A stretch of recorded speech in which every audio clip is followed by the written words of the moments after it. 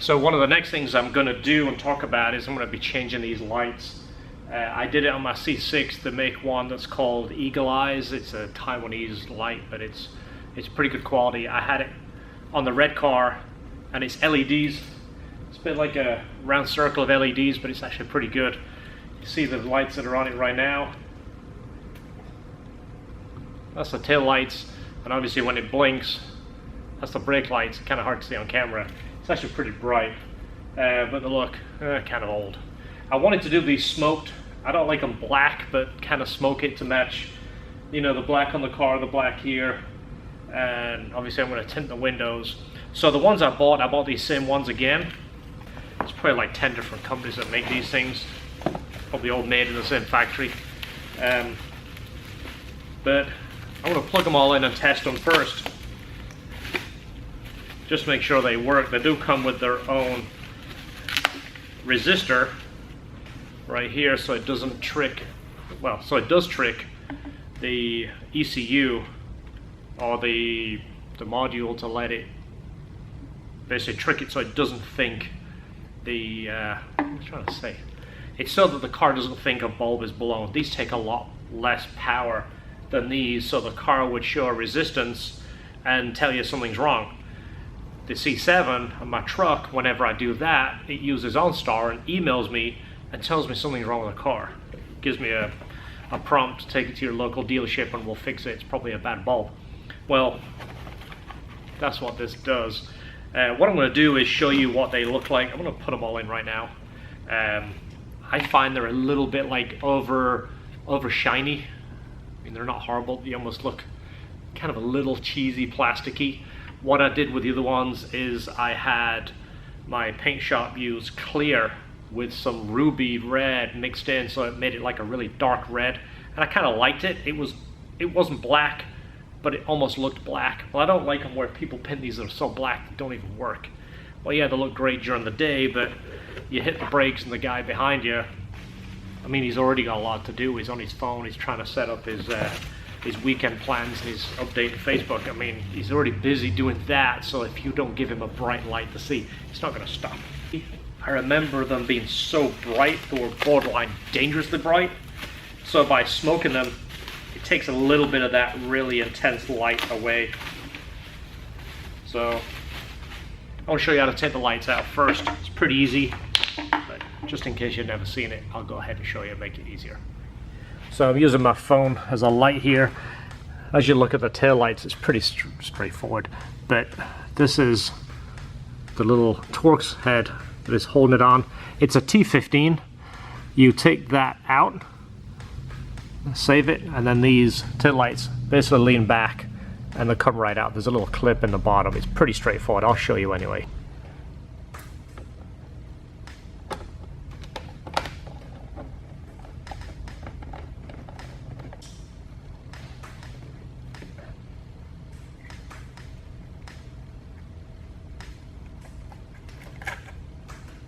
So there you go. That's how that comes out. Now, I did these before and I remembered. This is the back of the light. This is the, obviously, the plug. This here, if you remove this, turn this counterclockwise, that's the bulb. Well, the way these lights are made, that doesn't plug into the light.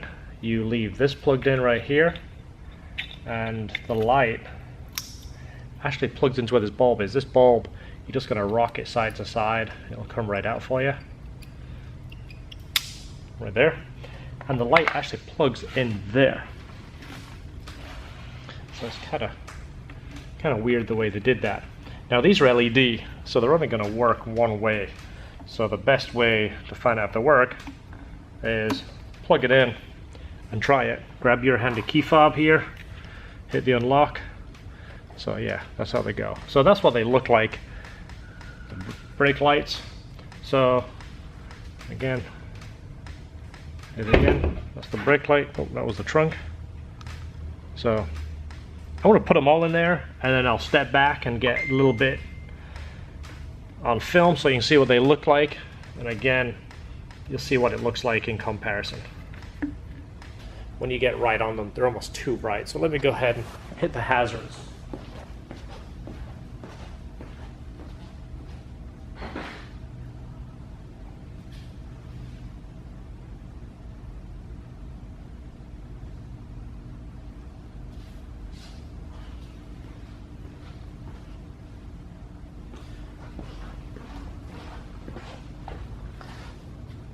So you see actually how fast they react.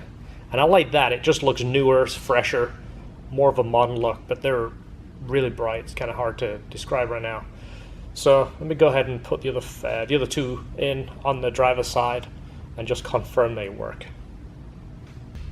Okay, so all four of them are in. This is what they look like. And again, I'm giving you my personal opinion. I'm sure somebody's going to look at this and say, I really like them, the way they look. They kind of just, to me, they just look a little cheap. Of course they are cheap. They came from Taiwan. But if they made this light in the US, I would have ordered this because I like the way they look. That's the hazards, which in Florida that is to let people know it's raining, because it seems like everyone drives down the road with their hazards on when it's raining, which I still don't quite understand the correlation of that. It's supposed to be when you're broke down side of the road to let people know there's a hazard. Everybody knows it's raining, they'll put their windshield wipers on. So, see how much better they look? I like those a lot. I'm going to go ahead and remove those and see about getting those smoked. The next lights I'm going to address are these corner lights, or marker lights. There's the red one in the back. Then in the front, the yellow one, it's a light and a reflector. I'm going to hit that and show you. So this is again just an incandescent bulb. I think I'm going to change that to an LED. There is a Philips LED that I use. I think it's the 194. It's pretty common on most of the cars. But that I'm going to see possibly tint that too. So this back one doesn't light up very good at all. Notice the reflector, it just lights over the very back. Hit that again. So I want to remove that and get that smoked and change it to LED. I'll use this light right here so I can. All right. In there is where that's mounted. So you can address that light from inside the car when you remove the tail light. So I'm going to go ahead and remove the back ones, and then I'll see what we need to do for the front ones and show you that too. Alright, so pretty simple. I'm going to show you just, again, a how-to, just make your life easier. These are the clips that are holding it on. This is just a locating pin. Obviously that's where the bulb goes. So you're going to push these pins. That one goes outwards, that one goes outwards. This comes right out. Okay, so to remove this light here, never done one before, but these cars are actually fairly self-explanatory. There is some Torx heads down here. It looks like there's 5 for this inner fender well, and this should bend in, and we should be able to access the back. So to do that, we're gonna have to turn this wheel to the right. Okay, so now we have our wheel turned. Again, same torque size as your rear, the T15. So we have 5 of those. Let's go ahead, take those out, and I'll confirm how that light comes out. So like I was saying, you access from the back here, you remove those screws, it gives you enough room to get your arm in, and same thing comes out just like the back. It's almost a mirror of the back. In fact, you could probably put these in the back. You see right there, there's the clips that you're going to squeeze in. That's how it goes back. So same again on the other side. So I just decided to do a little experiment.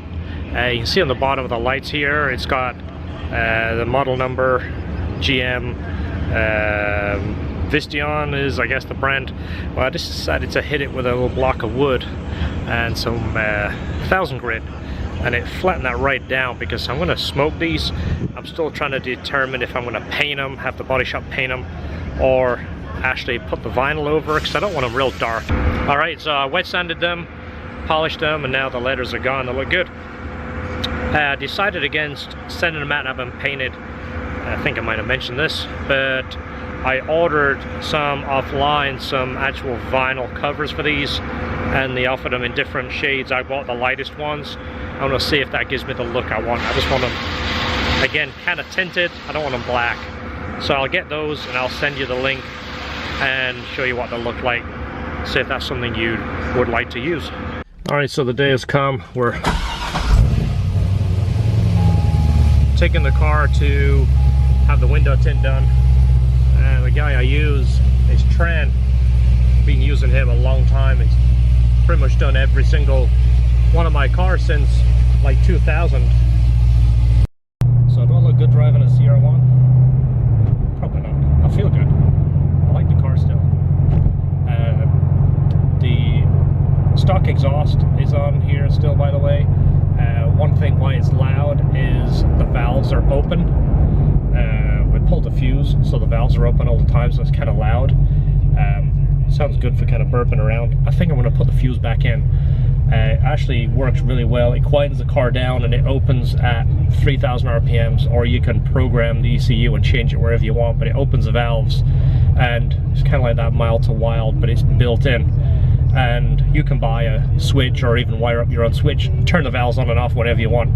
It's not quite like the C7. I used to be able to go into my dial here and program when I wanted those to turn on and off. Well, I don't have it on this car, so not a big deal. I can either do the switch or leave them, which I typically left the C7 ones anyway, let it open at its RPM where it needed, and it kind of kept the car mellow. Of course, you open the valves when you're going into a car show, or you know, when you're out on a date night, that kind of thing. You want everyone to listen to your car, hear it. So let's get going. This is the man right here. This is Tran. How long have I been coming here, Tran? Huh? How long have I been coming here? Can you remember? You don't know? 7 years. No, 20, since 98 I've been coming to you. Oh. I'm a loyal customer here. So he has done all of my cars, and again, like I said, does a fantastic job. He did the C7, he's done my last 2 Corvettes, he did my brand new Evo, he did my Type R, he's done numerous CRXs, he's done probably 3 of my wife's cars. I sent my friends and in-laws here. So we'll get a quick shot of when he puts some of the film on there. So looking out of his window in the front here, you see he's got the different levels of window tint, which is kind of cool. You can look at this, and obviously looking out into, obviously there is no coat. This is light, I guess medium, and heavier. You see it's very subtle looking out, but when you look in, it makes a big difference. See, now this one's darker, so of course you see a reflection of me, but these were the 3. This was the darker one, the medium, and then the light. You see it's reflecting back up the street, and still, if you get real close, you can see inside. That's darker, and then darker still. So we're going for this medium one here. I'm going to check with Tran. And then this one here was the full window of dark. I mean, you'd have to get right up on it to see, and you see how dark that is. And the medium one is legal. That's what I'm going with.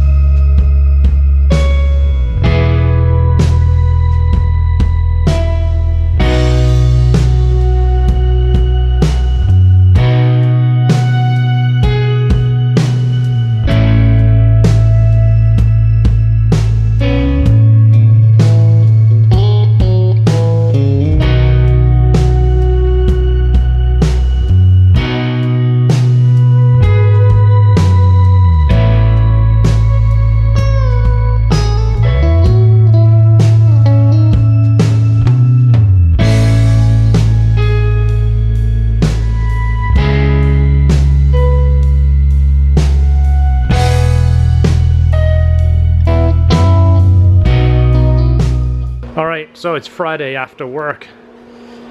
Time to work on the ZR1. So I'm doing maintenance now. Windows are tinted.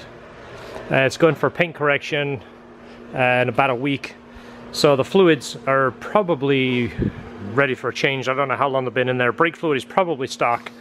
Diff and trans probably also. Oil is more likely being changed. So first thing first, I'm going to do the brakes. I'm going to have my little helper come in tomorrow and do some of the other fluids. But while I have the assistance of George, we're going to pump the brake fluid out. We need one person to pump, the other one to operate the bleeder. All right, wheels are off. There's a front and a back one. Give you an idea. These things are heavy. There's your front one from the other side, back one from the other side. There's a back brakes. There's a front brakes. That is massive, by the way. Look at that. I got a pretty big hand. Look at that thing. That's the size of a trash can. So bleeding this, I think they have 2 bleeders. So there is one on the inside, one on the outside. Typically when you bleed, you'll go through the sequence. You bleed the inside one first, burp all the fluid and air out, then go to the outside one. Okay, so now the new fluid is flushed through. I actually went every caliper and did probably about 10 to 15 pumps of caliper. Start on the inside and then the outside. Like I said, there's no real sequence to worry about because you're not bleeding the system, you're just getting the old fluid out. So now we have fresh fluid all the way through there. Next is going to be the engine oil, transmission, and then the differential. I'll go over those next. It's going to be the next day when I do those, so I'm going to have my little helper in here. Alright, so I got my little helper here. Sebastian. Hi. He's helping. We're going to do the oil on the Corvette and the transmission and the diff. Right now I want to show you how big this brake is. See this brake, buddy? Yep. Put your hand in front of it so we can get an idea. Look how big that brake is. This is probably, let me get the camera a little closer. Yeah, put your hand in front of it. Just give you an idea how big that is. This is massive. I came from a Z06, C6 and a C7. These are probably the biggest brakes I think I've ever seen. So we flushed all the brake fluid out of here, and now we're going to put the car up and we'll go ahead and drain the oil. You ready? Yep.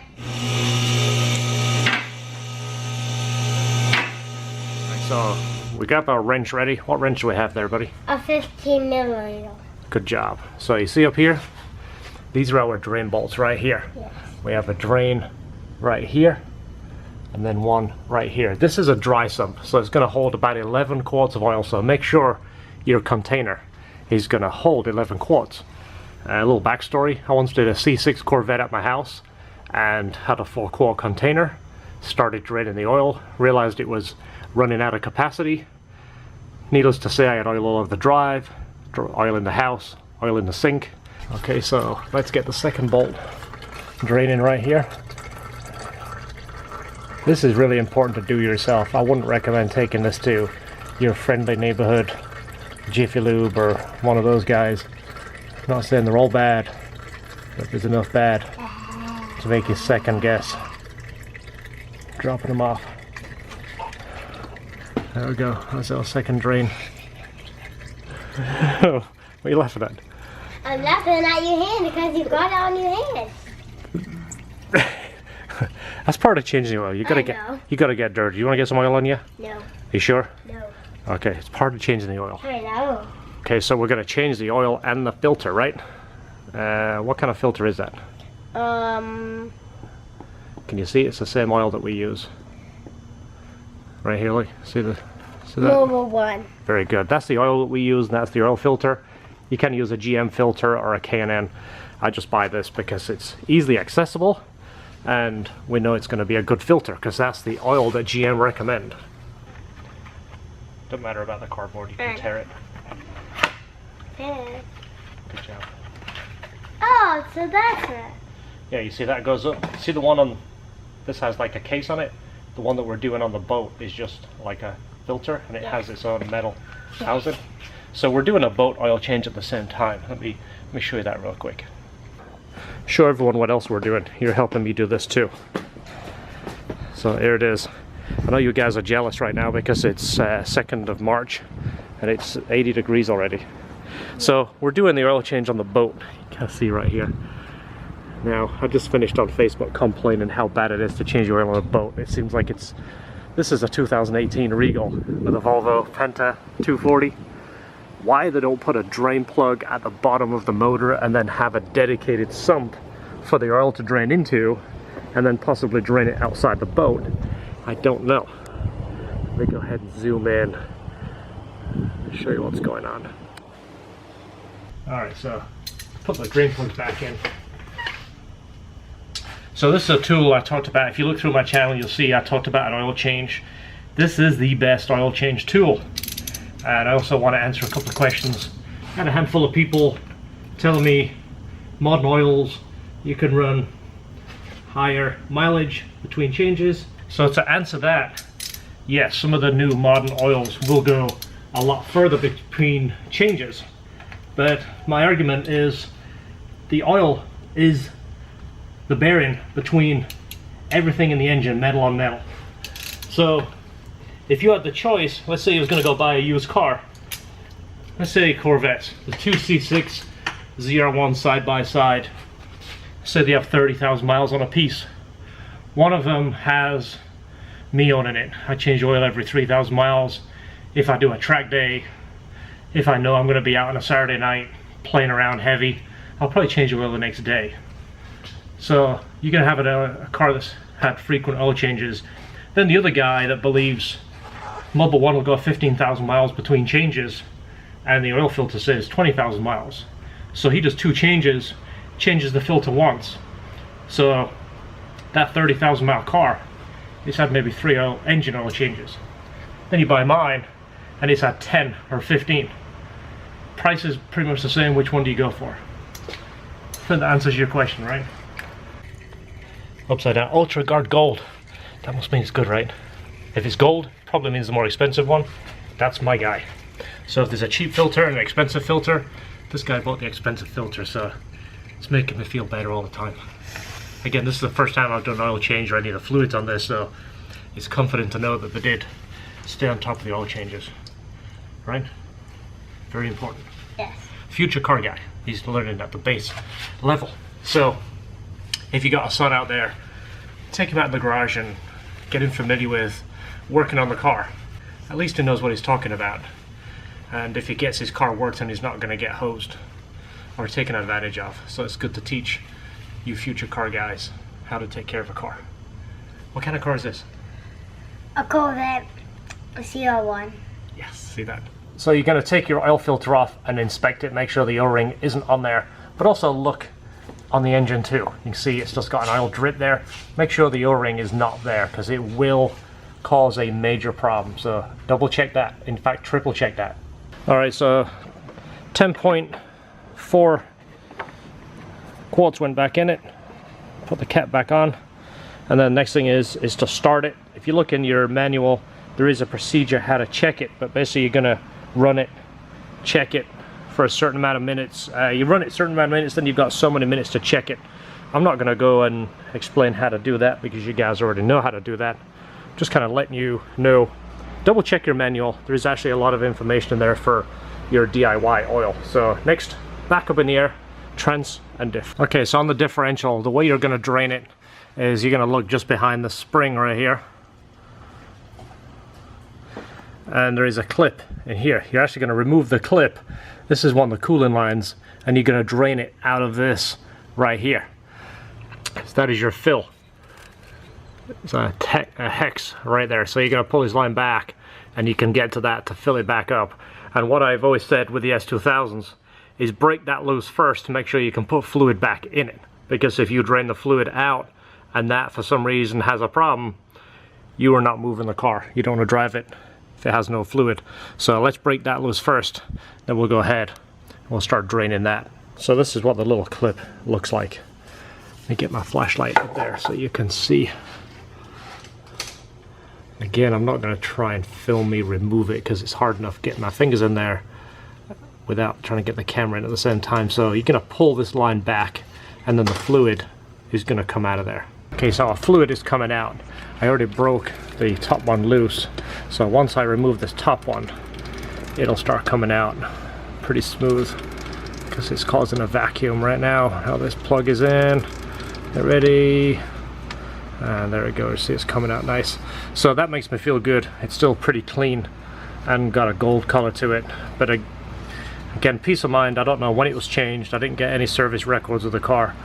Again, it only has 5,000 miles, but my experience is this won't get changed. If you take it to the dealer, they'll tell you, yes, this is good, 15, 20, 30,000 miles, don't worry about it. If it was me, just change it. If in doubt, change it. If there's nothing on TV, go ahead and change your oil and change your diff. Again, it's kind of pricey for the fluid, but it's a lot cheaper than the diff. And it'll also kind of tell you the condition of the diff. If there is material coming out, you can probably get this repaired before catastrophic failure. So just a little tip here, once you've got that clip back in and the line is on, just get this line and make sure you give it a pull. Make sure it can't come off.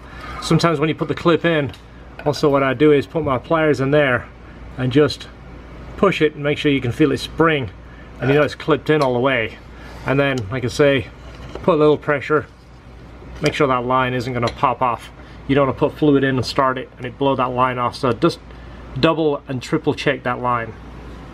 So if you're familiar with our channel, you've seen us use this hand pump a lot. I have an industrial version of this, but I still have good luck with this. I like it. The fluid I'm going to put back in is Mobil 1 7590. It is designed for limited slip diff, hence the LS limited slip. This is basically the same stuff as the GM 7590 gear oil, but synthetic. I'm a big fan of Mobil 1. As you can kind of tell, I've got a Mobil 1 t-shirt on. I've had good luck with their products. I use them in pretty much everything. I use them in my Hondas, in the Corvette, even the cars that I race and run hard. I've had good luck with this product. This isn't a commercial for Mobil 1. They don't sponsor me. I buy this from my local parts store, so don't think I'm pushing Mobil 1. Like I say with all oils, use what you prefer to use. Change it frequent. It'll do you more good than trying to save a buck on your oil. And if you're OCD like me, you'll change this like every third oil change. Again, it's really overkill, but it makes me feel better and sleep better at night. Also, it makes me feel like I'm treating the car as good as I possibly can. Keeping it nice for the next guy. No, don't care about the next guy, I care about me. But the next guy is going to get a really well-maintained car. Okay, differential is done. Next we'll move on to the transmission, which is this front section right here. It's actually not too bad. I don't know why they don't put a separate drain. Just to reiterate, earlier Corvettes had a drain in the diff somewhere, and I think it was right about here. I don't know why and what year they changed, but they took the drain away, hence why you're going to drain it through that drain line right there. So this one's pretty easy. You're going to remove this plug off here, just like most GMs. You pull that back and slide it off, nice and easy. And then you're actually going to take that sensor out there. It doesn't have a washer, it actually has like a sealant, and then directly above it is the fill right there. Just like I said before, take the fill out first, make sure there's nothing wrong with that, because if you drain the fluid out, you're not going to drive the car. So very important, take the fill out and then you can take the drain out. So I believe that is just a square, which is a 3/8 drive. That is it right there, so let's go ahead and take that out. So we're gonna make sure our drain pan, the fill is out. Removing the drain right now. Here's the plane. There we go. Of course that sprays all over my plug and all over my pipe. I guess what I'll tell you next time is to move that plug out the way so you don't spray fluid all over it. So the factory stuff usually is just automatic transmission fluid, that's why it's red. I'm not putting that back in. My favorite transmission fluid is Royal Purple Synchro Max. I've mentioned this in some of my past videos. I put this in the S2000s too. It definitely increases the slick feeling. These transmissions on the Corvettes are very, very slick. I don't see any issues with these at all, but this is just my favorite transmission fluid for these, and not only makes them run a little bit cooler, it's definitely got a higher zinc content. Again, more protection for your transmission under extreme conditions. Alright, so add a little bit of space grease to your lug nuts. It will not only prevent corrosion but give you a more accurate torque spec when you put the wheels on. And with it being a pretty thick paste, it's not going to run or drip and end up on your brakes. If you watch our videos, you know why I call it space grease. And yes, you see this? It doesn't say I am a Corvette guy. Be a car guy. Take my advice. Enjoy cars, not brands. Okay, so the LED bulbs just came in the mail and I couldn't wait to try them. This is the 194 and I haven't got the lenses finished yet, so I just have the lights taped up here just so they don't dangle and bounce around. But this is the incandescent bulb that is lit up right now. I'm going to go ahead and pop it in the lens so you can kind of see. And just on this one right here, I'll do a quick before and after, give you an idea of how much brighter the Philips bulb is. So let me go ahead and get the light. So I showed you on these, I removed the letters and repolished them. I still haven't got them smoked. So show you what that looks like in there. Get that to line up. So as you see, it's obviously concentrating the light here. The rest of it is a reflector. So let me get a quick idea of the LED in there. This is probably going to be hot already. That's not too bad. So these usually only work one way. Oh, look at that. Wow. Just almost hurts your eyes looking at it right now. So yeah, that is a massive difference. And again, when this is smoked, that's another reason I wanted the lights to be brighter, is to push through the tint. I'll do a review when I get them, but rather than painting these, I actually found a company that makes them pre-cut, and they're like almost like a transparent vinyl. Wow, that is bright. The camera ain't gonna pick this up, but this sucker is, you can barely look at that. It's a transparent vinyl that they make, and it's already pre-cut. Yeah, look at that. I mean, it's almost dismal. Let me get something that I can get it to shine through, just to show you a comparison. So this isn't really highly scientific by any means. This is a kitchen towel, basically doubled it up just to see if that light will push through there. As you see, by putting it right out to the light, it actually pushes through there pretty good. Let's fold it into 4. So as you see, it kind of diffuses it now. You can still see the light, yeah, right up against it when I touch it. Let's put the LED in there. This light's don't really build up any temperature at all. So same thing, fold it over 4 times. I mean, it blasts through there. You know, even when I go further away, you know, you can see that. So that's the idea, is it's to be able to push through when I smoke the lenses. And the smoke in the lenses is mainly just for aesthetics. I just want it to look, you know, matches the wheels, matches the black on the car. So back to my smoking that I'm going to do is, rather than painting them, because of course when I paint or clear coat them and tint them, it's permanent, and who knows if I want to go back to original. So I found these transparent vinyl pieces that are already pre-cut for my car, and looking at the reviews, everybody's saying how good they are, so I'll do a review on those when I get them. But basically, it's a vinyl that you stick over here. That's one of the reasons I shaved the letters, so you don't put the vinyl over and see this raised area. I want it to be perfectly flat.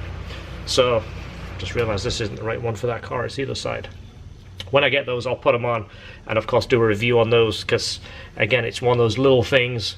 I think the whole kit's like 24 bucks, but if it gives you the look that you're looking for, and it's reversible, that's what I like. I don't like anything permanent, because again, what if I change my mind, or what if I sell it? When I sell it, the next guy doesn't want my modification, so I don't want to make them permanent. So let's go ahead and I'm going to put these back. I'm kind of excited about these, and I'm trying to refrain from putting them in right now. And again, I'm just going to leave that taped. I'm not driving the car, but just so I can move it in and out of the shop if need to. So we'll go a little bit more on that when I get the rest of the parts in.